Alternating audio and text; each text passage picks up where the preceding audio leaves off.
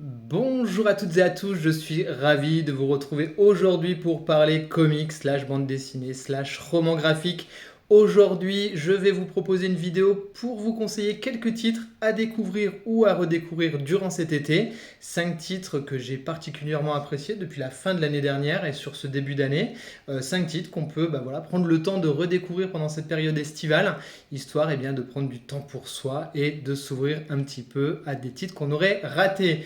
On commence tout de suite avec un premier titre qui était un des gros coups de cœur de cette année. Alors je le précise tout de suite, tous les titres que je vous présente ici, vous avez des reviews complètes sur la chaîne. Ça vous permettra d'aller creuser un petit peu plus la vie.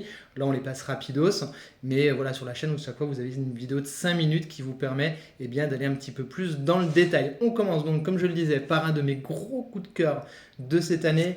C'est Au-dedans chez 404 graphique. Alors vraiment, Au-dedans, je vous renvoie également à la vidéo. Je vous laisse apprécier cette cover toute blanche avec cette porte ouverte comme ça sur un monde extraordinaire.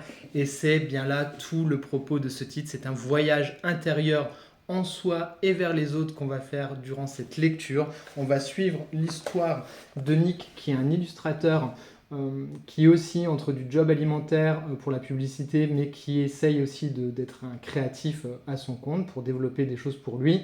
Et on va le suivre dans son parcours de vie. Et il s'interroge parce qu'il lui manque quelque chose en lui. Et finalement, ce qui lui manque, c'est tout ce monde intérieur des sentiments, de l'âme, finalement, de sa propre âme, mais celle des autres aussi, toutes ces choses qu'on ne se dit jamais, tous ces non-dits. C'est vraiment un titre, je trouve, très intéressant et vraiment un énorme coup de cœur à découvrir pendant cette période d'été où souvent, on fait un petit retour sur soi, où on prend le temps de s'interroger sur soi-même. C'est le moment des grandes décisions, des chamboulements de vie parfois. Voilà, Au-dedans, ça peut être une très belle lecture pour cet été, un très bon guide intérieur spirituel qui va vous donner matière à réfléchir, à vous construire, à vous reconstruire. C'est un titre vraiment fort, un titre tellement fort, que moi j'ai versé ma petite larme, bien entendu, parce que vraiment c'est extrêmement touchant, extrêmement émouvant. Comme je l'ai dit dans la vidéo, on a de grands espaces comme ça dans lesquels on peut se projeter. En termes de traits, c'est très doux, très accessible. On est vraiment dans une vraie approche roman graphique. Alors la plupart des planches vont être en noir et blanc ou gris, comme vous l'avez vu crayonné. Puis de temps en temps, on va avoir des touches de couleurs comme ça. Je ne vous révèle pas comment ça arrive. C'est important que vous fassiez également votre propre découverte de lecture. Voilà, ce Au-dedans chez 404 graphiques, c'est vivement, vivement recommandé. Très belle édition comme d'habitude. Ça vaut 26,50 €. Je vous renvoie à la vidéo, bien entendu. On continue avec un autre titre qui va aussi explorer une facette du monde. Ça s'appelle Vertigéo. C'est chez Casterman. C'est adapté par Lloyd Cherry qui fait sa première bande dessinée. C'est adapté d'une nouvelle de Emmanuel Delporte et c'est dessiné par Amaury Bonnegun. Ça, pareil, c'est un titre qui chemine en moi. Alors à l'époque de la première vidéo, j'ai pas forcément dit que c'était un coup de cœur, c'était un très très bon titre, mais ça fait partie des titres comme ça qui continuent à me travailler, à résonner en moi et que j'aurais envie de relire. Donc c'est extrêmement bon signe quand un titre comme ça reste dans votre tête. Donc on est dans une dystopie post-apocalyptique. Le monde, je vous montre tout de suite, le monde a été complètement détruit. Les survivants se sont organisés dans des espèces de castes. Et en gros, le pitch, vous allez suivre tout un groupe et notamment un personnage qui travaille à construire une espèce de tour, comme ça, une espèce de tour de Babylone, et qui doivent sans cesse augmenter, faire grandir pour atteindre des étages sous un certain timing de temps en fait. Donc voilà, c'est particulièrement intéressant en termes de sujet. On va vraiment s'intéresser au quotidien des hommes, mais bien entendu, vous doutez bien qu'on est dans un truc un petit peu particulier. Pourquoi faut-il continuer à faire pousser ces étages et jusqu'où? Mais l'endoctrinement des hommes par le travail va être au cœur de la réflexion de ce titre. C'est magistral en termes de dessin, comme vous le voyez, c'est incroyable en termes de découpage, pareil. Vous voyez, les deux premiers titres, déjà, on est sur des titres qui peuvent s'adapter à tout type de lecteur. Donc, vous soyez lecteur de romans graphiques classiques, de bandes dessinées, de comics, vraiment, vous pouvez y aller. C'est du tout bon, c'est vraiment excellent. Si vous aimez la science-fiction, vous allez passer un excellent moment. Voilà, je peux que vous recommander ce titre. C'est une belle lecture de science-fiction et également une belle réflexion à ce moment précis de notre société, justement, qui tombe à point nommé pour ces vacances d'été. Voilà, je mettrai en bonus un autre titre chez 404 graphiques, Arca. Pareil, titre de science-fiction, un monde post-apocalyptique, des gens se seraient enfuis et essaieraient d'atteindre un espèce d'Éden. Vous avez la review complète également de ce titre-là, Arca chez 404. Pareil, un des titres qui me travaille beaucoup dans ma réflexion sur ce début d'année. Comment, eh bien, finalement, on essaye d'un petit peu de découvrir le monde qui nous entoure et d'aller plus loin, de pousser un peu les murs qu'on nous impose pour découvrir, eh bien, la vérité et ce qui se cache derrière cette réalité inventée. Propos, on peut dire, plus que d'actualité en cette période d'été 2024. Voilà, ça c'est un petit bonus Vertigéo. Vous pouvez prendre les deux. Franchement, prenez les deux, je pense que vous ne serez vraiment pas déçus. Vous avez du tout bon là, ça, petit bonheur. On continue, on change de registre, mais on continue dans l'exploration de l'âme humaine et également du quotidien des hommes. Là où gisait le corps de Ed Brubaker et Sean Phillips chez Delcourt. Espèce de Cluedo comme ça, polar, bien senti, avec beaucoup de réflexion. On va suivre plusieurs personnages dans un espèce de Cluedo qui a finalement commis ce meurtre qu'on voit sur la couverture originale, qui a commis ce meurtre de ce corps qui est retrouvé au milieu de la rue. Vous allez suivre toute une galerie de personnages, presque par chapitre, comme ça vous allez découvrir et chaque chapitre va venir enrichir à travers les regards croisés des autres personnages et bien l'histoire globale avec un twist final absolument génial. Ça c'est dingo, vous allez passer un excellent moment. Si vous aimez le polar et le thriller, bah, c'est fait pour vous. Même si comme moi vous avez du mal à lire du polar en roman, hein, c'est mon cas, j'adore ça au cinéma, j'adore ça en comics, en bande dessinée, mais j'ai beaucoup de mal en roman, et bien ça vous pouvez y aller.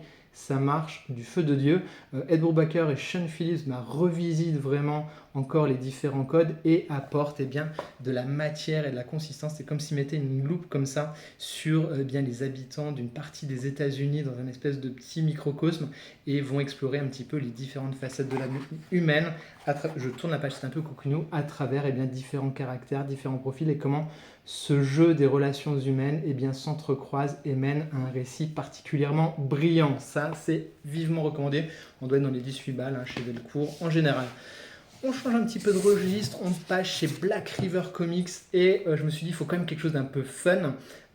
Erratique, on n'en a pas beaucoup entendu parler sur les réseaux et pourtant c'est très cool. Je le résumerai rapidement, une espèce de Spider-Man des temps modernes. En gros, vous allez suivre un lycéen qui a des pouvoirs, mais il peut les utiliser que pendant 10 minutes. En fait, chaque jour, il ne peut utiliser ses pouvoirs que pendant 10 minutes.